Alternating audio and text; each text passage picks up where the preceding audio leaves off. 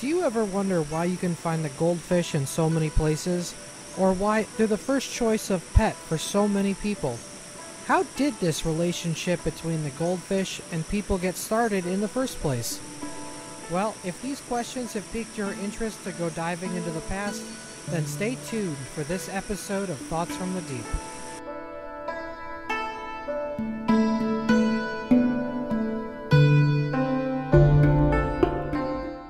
Hi, I'm Kevin from Aquatography, and today I'll be your host for the history of the goldfish. When most people think of the goldfish, they probably envision a small orange fish swimming in circles in a round bowl. This was certainly the case for me growing in a media-rich world, bent on preserving stereotypes. The true history of the goldfish is a little more interesting than that. So let's go back in time a full millennia to the murky waters of southern China's river systems and waterways. We have arrived in China. The year is 256 AD, during the Jin dynasty. Brilliant Chinese farmers have already discovered a way to breed fish in aquaculture as a source of food. These small carp, meant to feed the masses, are about to reveal a secret of their own. Small mutations in their DNA caused vibrant colors to appear. The colors ranged from red, orange, and yellow.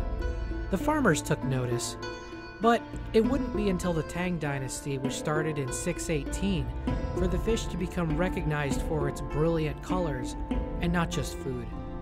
The Tang dynasty saw the development of many artistic and cosmopolitan advances.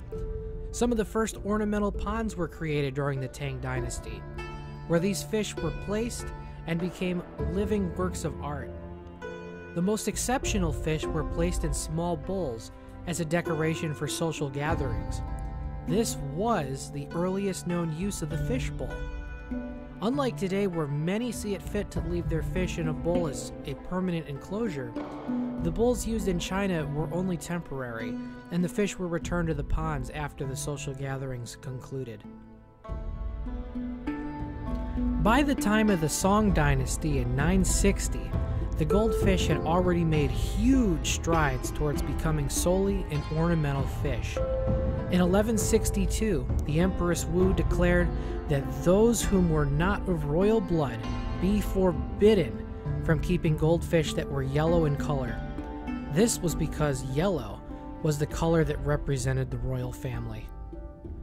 However, even with the limitations placed by the imperial family, other mutations within breeder stocks began to produce even more colors of goldfish, which included white and even black fish.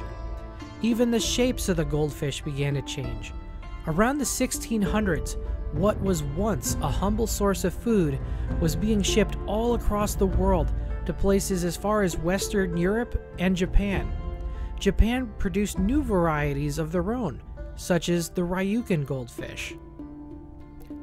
Fast forwarding now back to the present, and we now have around 120 varieties of goldfish the world over, including some varieties developed right here in the United States, such as the comet goldfish.